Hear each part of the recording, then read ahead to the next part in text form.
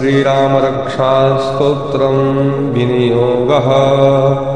अस्य श्रीरामरक्षास्तोत्रमन्त्रस्य बुधकौशिकऋषिः श्रीसीतारामचन्द्रो देवता, अनुष्टुप् छन्दः सीताशक्तिः, श्रीमान् हनुमानकीलकम्। श्रीरामचन्द्रप्रीत्यर्थे रामरक्षास्तोत्रजपे विनियोगः। अथ ध्यानम्। ध्यायेदाजानुबाहुं धृतसरधनुसम्बद्धपदमासनस्थं, पीतं वाशोवशानं नवकमलस्वर्णिनेत्रं प्रसन्नं, वामाङ्कारुरसहितां मुखकमलमिल्लोचनं नीरदाभं, नानालङ्कारदीप्तं दधतमुरुजटा मण्डलं रामचन्द्रम्। स्तोत्रं चरितं रघुनाथस्य शतकोटिप्रविष्टरम्, एकैकमक्षरं पुंसां महापातकनाशनं, ध्यात्वा नीलोत्पलश्यामं रामं राजीवलोचनं, जानकी लक्ष्मणोपेतं जटामुकुटमण्डितं, शशिचूडाधरबाणापाणिं नक्तं जलान्तकं, स्वलीलया जगन्मातुर् आविर्भूतं विभुम्। रामरक्षां पठेत् प्राज्ञः पापघ्नेशरवकामदां, शिरो मे राघवः पातु भालं दशरथात्मजः, कौसल्येयो दिशो पातु विश्वामित्रप्रियः सुते, ग्राणं पातु मखत्रादात्मुखं सौमित्रिवत्सलः, जिह्वां विधिनिधिः पातु कण्ठं भरतवन्दितः, स्कन्धौ दिव्यायुधः पातु भुजौ भगनेशकार्मुकः, करौ सीतापतिः पातु हृदयं जामदग्धदीप्, मध्यं पातु करध्वंसी नाभिं जाम्बवदाश्रयः, सुग्रीवेशः कटे पातु सख्थिनी हनुमत्प्रभुः, उरुरघुत्तमः पातु रक्षः कौलविनाशकृत्, जानोनीशेतुकृत् पातु जङ्गेरसमुखान्तकः, पादौ विभीषणः श्रीरः पातु रामोऽखिलो वपुः,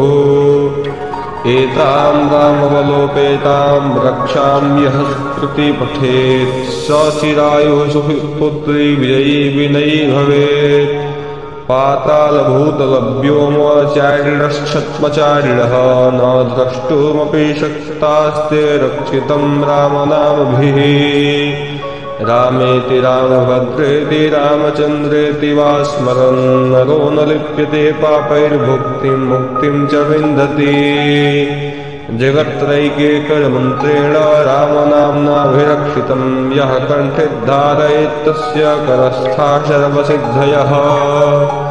वज्रपञ्जरनामेदं यो रामकवचं स्मरेत्, अव्याहताज्ञः सर्वत्र लभते जङ्गमङ्गलम्, आदिष्टवान् यथा स्वप्ने रामरक्षामिमां हरः, तथा लिखितवान् प्रातः प्रबुद्धो बुद्धकौशिकः, आरामाकल्पवृक्षाणां विरामः सकलाफलाम्, अविरामस्त्रिलोकानां रामः श्रीमान् शनः प्रभुः, तरुणौ रूपसम्बन्धौ सुकुमारौ महाबलौ, पुण्डरीकविशालाक्षौ चिरकृष्णाजिनाम्बरौ, फलमूलाश्विनौ दान्तौ तापसौ ब्रह्मचारिणौ, पुत्री दशरथस्येतौ भ्रामतौ रामलक्ष्मणौ, शरण्यो सर्वशत्रूणां श्रेष्ठो सर्वधनुस्मतां, रक्षाकुलनिहन्तारो सुरायेतां नो रघुत्तमो, आतसज्जाधनुस्वाभृत्सा वक्षया शुभनिषङ्गिनौ, रक्षणाय मम रक्षणाय मक्षणा, वग्रतः पथि सदैव कक्षताम्, सन्नद्धः कवची खङ्गी चापबाणद्धरो युवा, गच्छन्मनोरथान्यश्च रामः पातु च लक्ष्मणः, रामो दशरथो शूरो लक्ष्मणो नुचरो बली, काकुत्स्थः पुरुषः पूर्णः कौसल्येयो रघुत्तमः, वेदान्तवेद्यो यज्ञेशः पुराणपुरुषोत्तमः, जानकी वल्लभः श्रीमान् प्रमेयः पराक्रमः, इत्येतानि जपन्नित्यं मद्भक्तः श्रद्धयान्वितः, अस्वे मेधाधिकं पुण्यं स्वाप्नोति न संशयः, रामं दुर्वादरश्यामं परमाक्षं पीतवाससं स्तुवन्ति नामभिर्दिव्यैर्ते संसारिणो नरः रामं लक्ष्मणपूर्वजं रघुवरं सीतापतिं सुन्दरं काकुत्स्थं करुणार्णवं गुणनिधं विप्रप्रियं धार्मिकं राजेन्द्रं सत्यसन्धं दशरथनयनं श्यामलं शान्तिमूर्तिं वन्दे लोकाभिरामं लघुकुलतिलकं राघवं रावणारिं रामाय रामभद्राय रामचन्द्राय वेधसे रघुनाथाय नाथाय सीतायाः पतये नमः। श्रीराम राम रघुनन्दन राम राम श्रीराम राम भरताग्रज राम राम श्रीराम राम रणकर्कश राम राम श्रीराम राम शरणं भव राम राम श्रीरामचन्द्र चरणौ मनसा स्मरामि श्रीरामचन्द्र चरणौ वचसा गृह्णामि श्रीरामचन्द्र चरणौ शिरसा नमामि श्रीरामचन्द्र चरणौ शरणं प्रपद्ये माता रामो मत्पिता रामचन्द्रः स्वामी रामो मत्सखा रामचन्द्रः सर्वस्त्वं मे रामचन्द्रो दयालु नान्यं जाने नैव जाने न जाने दक्षिणे लक्ष्मणो यस्थः वामे च जनकात्मजा पुरतो मारुतर्यस्य तं वन्दे रघुनन्दनं लोकाभिरामं रणरङ्गधीरं राजीवनेत्रं रघुवंशनाथं कारुण्यरूपं करुणाकरन्तं श्रीरामचन्द्रं शरणं प्रपद्ये मनोजवं मारुततुल्यवेगं जितेन्द्रियं बुद्धिमतां वरिष्ठं वातात्मनं वानरयूथमुख्यं श्रीरामदूतं शरणं प्रपद्ये कूजन्तं राम रामेति मधुरं मधुराक्षरम् आरुह्य कविताशाखां वन्दे वाल्मीकिकोकिलम् आपदामपहर्तारं दातारं सर्वसम्पदां लोकाभिरामं श्रीरामं भूयो भूयो नमाम्यहम् भर्जनं भवबीजानाम् अर्जनं सुखसम्पदां तर्जनं यमदूतानां राम रामेति गर्जनम् रामो राजमणि सदा विजयते रामं रमेशं भजे रामेणाभिहता निशाचरशुभो रामाय तस्मै नमः राम नास्ति परायणं परतरं रामस्य दासोऽस्म्यहं रामे चित्तलया सदा भवतु मे भो राम मामुद्धर राम रामेति रामेति रमे रामे मनोरमे सहस्रनाम तत्तुल्यं श्रीराम नाम वरानने श्रीराम नाम वरानने स्तोत्रं चरितं रघुनाथस्य शतकोटिप्रविष्टरम् एकैकमक्षरं पुंसां महापातकनाशनं ध्यात्वा नीलोत्पलश्यामं रामं राजीवलोचनम् जानकी लक्ष्मणोपेतं जटामुकुटमण्डितं शशिचूडधनुर्बाणपाणिं नक्तं जलान्तकं स्वलीलया जगन्नाथुर् आविर्भूतं विभुम् रामरक्षां पठेत् प्राज्ञः पापघ्नेशरवकामदां शिरो मे राघवः पातु भालं दशरथात्मजः कौसल्ययोधसो पातो विश्वामित्रप्रियः सुग्रीवग्राणं पातो नखत्रादात्मुखं सौमित्रिवत्सलः जिह्वां विधिनिधिः पातो कण्ठं भरतवन्दितः स्कन्धौ दिव्यायुधः पातो भुजौ भगनेशकार्मुकः करौ सीतापतिः पादो हृदयं जामदग्धीत् मध्यं पादो करध्वंसी नाभिं जाम्बवदाश्रयः सुग्रीवेशः कटे पातो सत्थिनी हनुमत्प्रभुः उरुरघुत्तमः पातो रक्षः कौलविनाशकृत्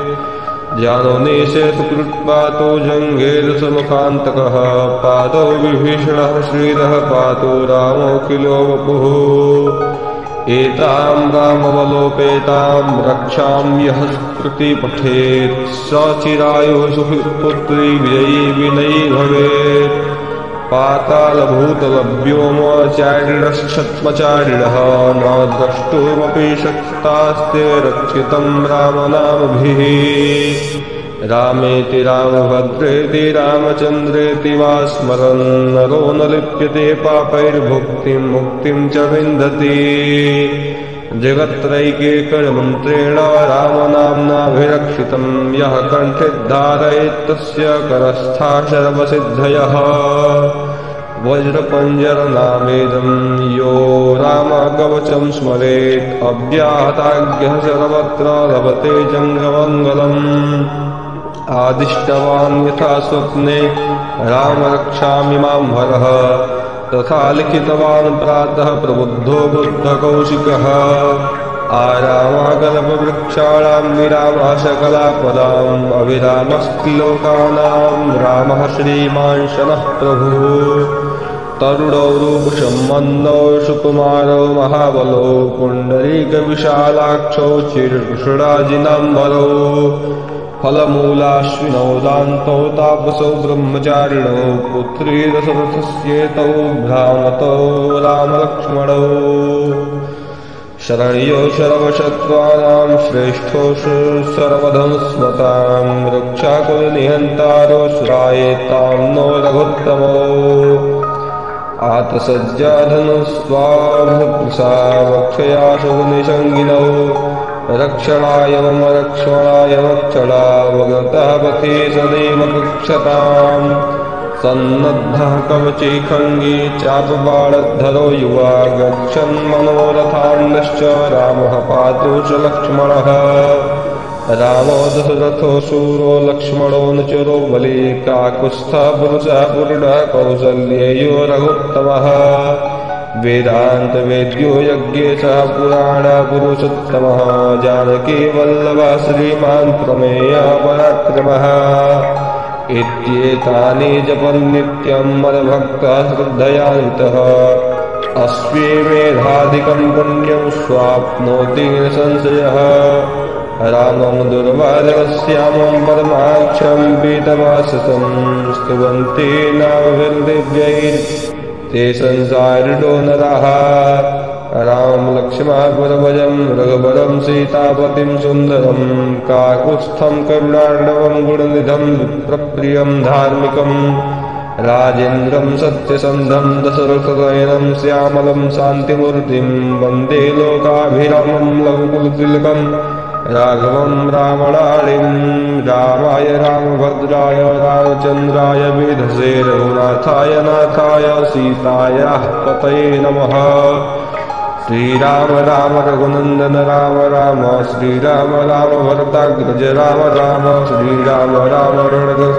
रणकर्कश राम राम श्रीराम राम शरणं भव राम राम श्रीरामचन्द्रचरणौ मनसा स्मरामि श्रीरामचन्द्रचरणौ वचसा गृह्णामि श्रीरामचन्द्रचरणौ शिरसा नमामि श्रीरामचन्द्रचरणौ शरणं प्रपद्ये माता रामो मत्पिता रामचन्द्रः स्वामी रामो मत्सखा रामचन्द्रः सर्वस्वं मे रामचन्द्रो दयालु नान्यं जाने नैव जाने न जाने दक्षिणे लक्ष्मणो यस्थः वामे च जनकात्मजा पुरतो मारुतुर्यस्य तं वन्दे रघुनन्दनम् लोकाभिरामं रणरङ्गधीरं राजीवनेत्रं रघुवंशनाथं कारुण्यरूपं करुणाकरन्तं श्रीरामचन्द्रं शरणं प्रपद्ये मनोजवं मारुततुल्यवेगं जितेन्द्रियं बुद्धिमतां वरिष्ठं वातात्मनं वानरयूथमुख्यं श्रीरामदूतं शरणं प्रपद्ये पूजन्तं राम रामेति मधुरं मधुराक्षरम् आरुह्य कविताशाखां वन्दे वाल्मीकिकोकिलम् आपदामपहर्तारं दातारं सर्वसम्पदां लोकाभिरामं श्रीरामं भूयो भूयो नमाम्यहम् भर्जनं भवबीजानाम् अर्जनं सुखसम्पदां तर्जनं यमदूतानां राम रामेति गर्जनम् रामो राजमणि सदा विजयते रामं रमेशं भजे रामेणाभियता निशाचरशुभो रामाय तस्मै नमः राम नास्ति परायणं परतरं रामस्य दासोऽस्म्यहं रामे चित्तलयः सदा भवतु मे भो राम मामुद्धर राम रामेति रामेति रमे रामे मनोरमे सहस्रनाम तत्तुल्यम् श्रीराम नाम वरानने श्रीराम नाम वरानने। स्तोत्रम् चरितं रघुनाथस्य शतकोटिप्रविष्टरम् एकैकमक्षरं पुंसां महापातकनाशनं ध्यात्वा नीलोत्पलश्यामं रामं राजीवलोचनम्। जानकी लक्ष्मणोपेतं जटामुकुटमण्डितं शशिचूडाधरबाणपाणिं नक्तं जलन्धकं स्वलीलया जगन्नाथुः आविर्भूतं विभुम्। रामरक्षां पठेत् प्राज्ञः पापघ्नैशरवकामदां शिरो मे राघवः पातु भालं दशरथात्मजः। कौसल्ययोधसो पातो विश्वामित्रप्रियः सुग्रीवग्राणं पातो मखत्रादात्मुखं सौमित्रिवत्सलः। जिह्वां विधिनिधिः पातो कण्ठं भरतवन्दितः स्कन्धौ दिव्यायुधः पातो भुजो भगनेशकार्मुकः। करो सीतापतिः पादो हृदयं जामदग्धदीत् मध्यं पादो करध्वंसी नाभिं जाम्बवदाश्रयः। सुग्रीवेशः कटे पातो सत्थिनी हनुमत्प्रभुः उरुरघुत्तमः पातो रक्षः कुलविनाशकृत्। जानोनेशेतु कृत्पातो जङ्गेरसमुखान्तकः पादो विभीषणः श्रीरः पातो रामोऽखिलो वपुः। एतां रामवलोपेतां रक्षां यः स्मृति पठेत् स चिरायुः सुपुत्री विजयी विनयी भवेत्। पातालभूतलव्योमचारिणश्छद्मचारिणः न द्रष्टुमपि शक्तास्ते रक्षितं रामनामभिः। रामेति रामभद्रेति रामचन्द्रेति वा स्मरन् नरो न लिप्यते पापैर्भुक्तिं मुक्तिं च विन्दति। जगत्त्रैकेकमन्त्रेण रामनाम्नाभिरक्षितं यः कण्ठे धारयेत् तस्य करस्था सर्वसिद्धयः। वज्रपञ्जरनामेदं यो रामकवचं स्मरेत् अव्याहताज्ञः सर्वत्र लभते जङ्गमङ्गलम्। आदिष्टवान् यथा स्वप्ने राम रक्षामि मां हरः तथा लिखितवान् प्रातः प्रबुद्धो बुद्धकौशिकः। आरामाकल्पवृक्षाणां विरामः सकलाफलाम् अविरामस्त्रिलोकानां रामः श्रीमान् शनः प्रभुः। तरुणौ रूपसम्मन्नौ सुकुमारो महाबलो पुण्डरीकविशालाक्षौ चिरकृष्णाजिनाम्बरौ। फलमूलाश्विनौ दान्तौ तापसौ ब्रह्मचारिणौ पुत्री दशरथस्येतौ भ्रामतौ रामलक्ष्मणौ। शरण्यो सर्वशत्रूणां श्रेष्ठो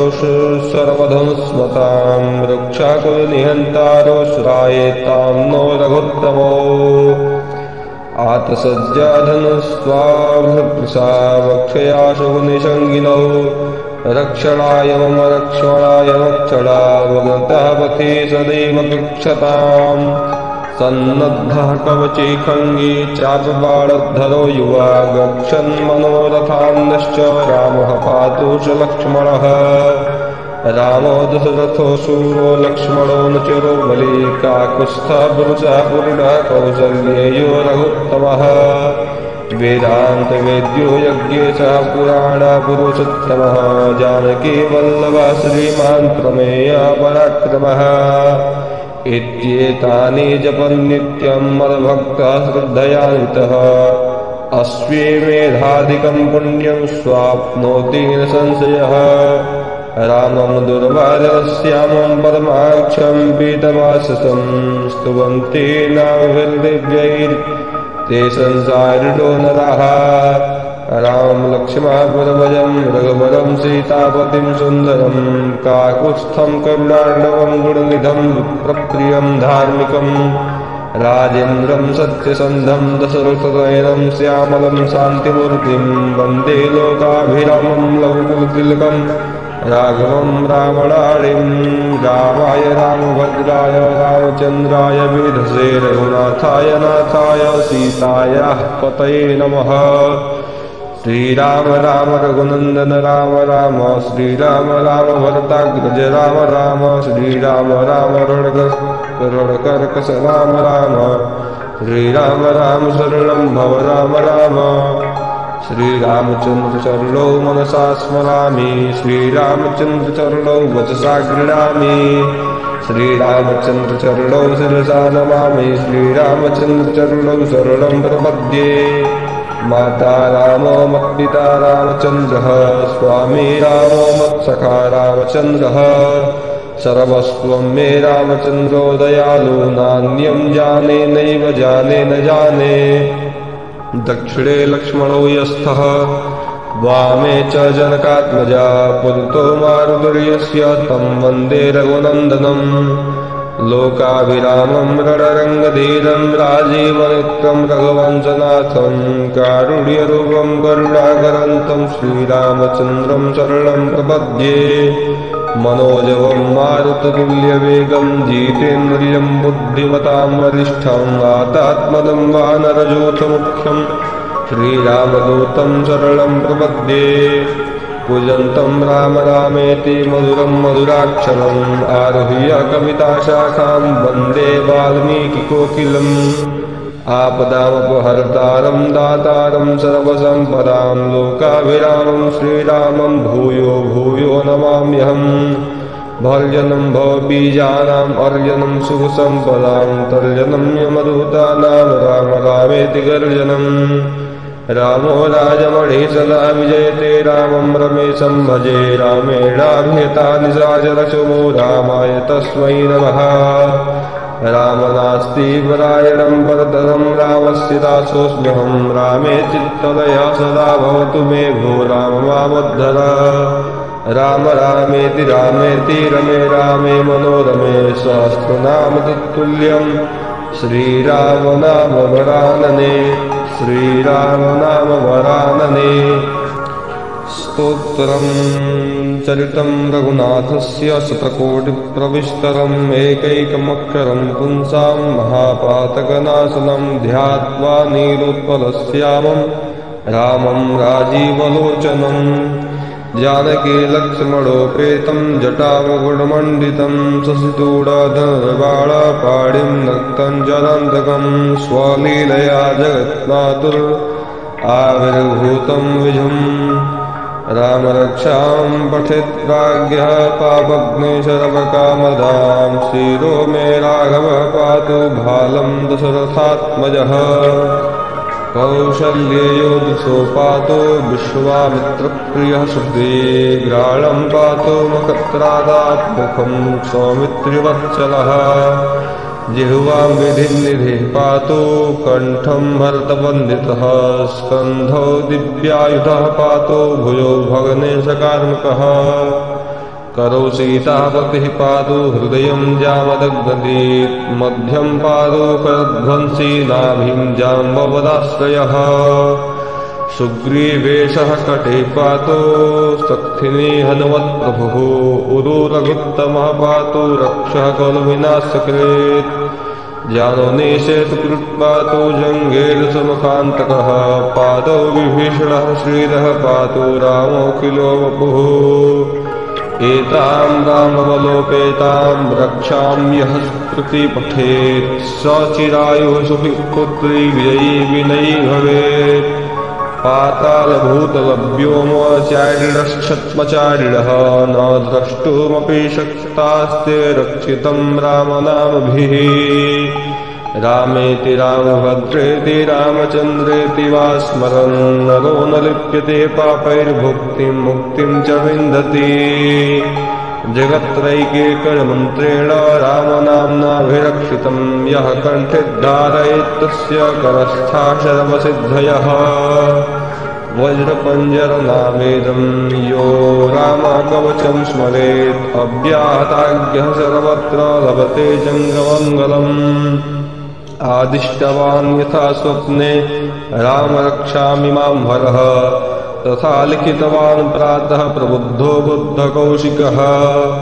आरामाकल्पवृक्षाणां विरामः सकलापदाम् अविरामस्ति लोकानां रामः श्रीमान् शनः प्रभुः तरुणौ रूपसम्बन्धौ सुकुमारो महाबलो पुण्डरीकविशालाक्षौ चिरकृष्णाजिनाम्बरौ फलमूलाश्विनौ दान्तौ तापसौ ब्रह्मचारिणौ पुत्री दशरथस्येतौ भ्रामतौ रामलक्ष्मणौ शरण्यो सर्वशत्रूणां श्रेष्ठो सर्वधनुस्मतां रक्षाकविनिहन्तारो सुरायेतां नो रघुत्तमो आतसज्जाधनुस्वाभृसा वक्षया शुभनिषङ्गिनौ रक्षणाय मम लक्ष्मणाय रक्षणा वगतः पथि सदैव कक्षताम् सन्नद्धः कवची खङ्गी चापबाणद्धरो युवा गच्छन्मनोरथान्नश्च रामः पातु च लक्ष्मणः रामो दशरथो शूरो लक्ष्मणो नुचरो बली काकुत्स्थः पुरुषः पूर्णः कौसल्येयो रघुत्तमः वेदान्तवेद्यो यज्ञेशः पुराणपुरुषोत्तमः जानकी वल्लभः श्रीमान् प्रमेयः पराक्रमः इत्येतानि जपन् नित्यं मद्भक्तः श्रद्धयान्वितः अश्वमेधाधिकं पुण्यं स्वाप्नोति न संशयः रामं दुर्वादरश्यामं परमाक्षं पीतवाससं स्तुवन्ति नाभिर्दिव्यैर्ते संसारिणो नरः रामं लक्ष्मणपुरभजं रघुवरं सीतापतिं सुन्दरं काकुत्स्थं करुणार्णवं गुणनिधं विप्रप्रियं धार्मिकं राजेन्द्रं सत्यसन्धं दशरथनयनं श्यामलं शान्तिमूर्तिं वन्दे लोकाभिरामं लघुकुलतिलकं राघवं रामणारिं रामाय रामभद्राय रामचन्द्राय वेधसे रघुनाथाय नाथाय सीतायाः पतये नमः। श्रीराम राम रघुनंदन राम राम श्रीराम राम भरताग्रज राम राम श्रीराम राम रणकर्कश राम राम श्रीराम राम शरणं भव राम राम श्रीरामचंद्र चरणौ मनसा स्मरामि श्रीरामचंद्र चरणौ वचसा गृह्णामि श्रीरामचंद्र चरणौ शिरसा नमामि श्रीरामचंद्र चरणौ शरणं प्रपद्ये माता रामो मत्पिता रामचन्द्रः स्वामी रामो मत्सखा रामचन्द्रः सर्वस्वं मे रामचन्द्रो दयालु नान्यं जाने नैव जाने न जाने दक्षिणे लक्ष्मणो यस्थः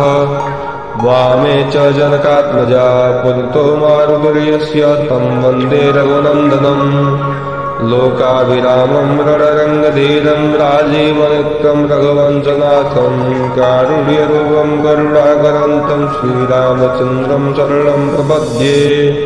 मनोजवं मारुततुल्यवेगं जितेन्द्रियं बुद्धिमतां वरिष्ठं वातात्मनं वानरयूथमुख्यं श्रीरामदूतं शरणं प्रपद्ये कूजन्तं राम रामेति मधुरं मधुराक्षरम् आरुह्य कविताशाखां वन्दे वाल्मीकिकोकिलम्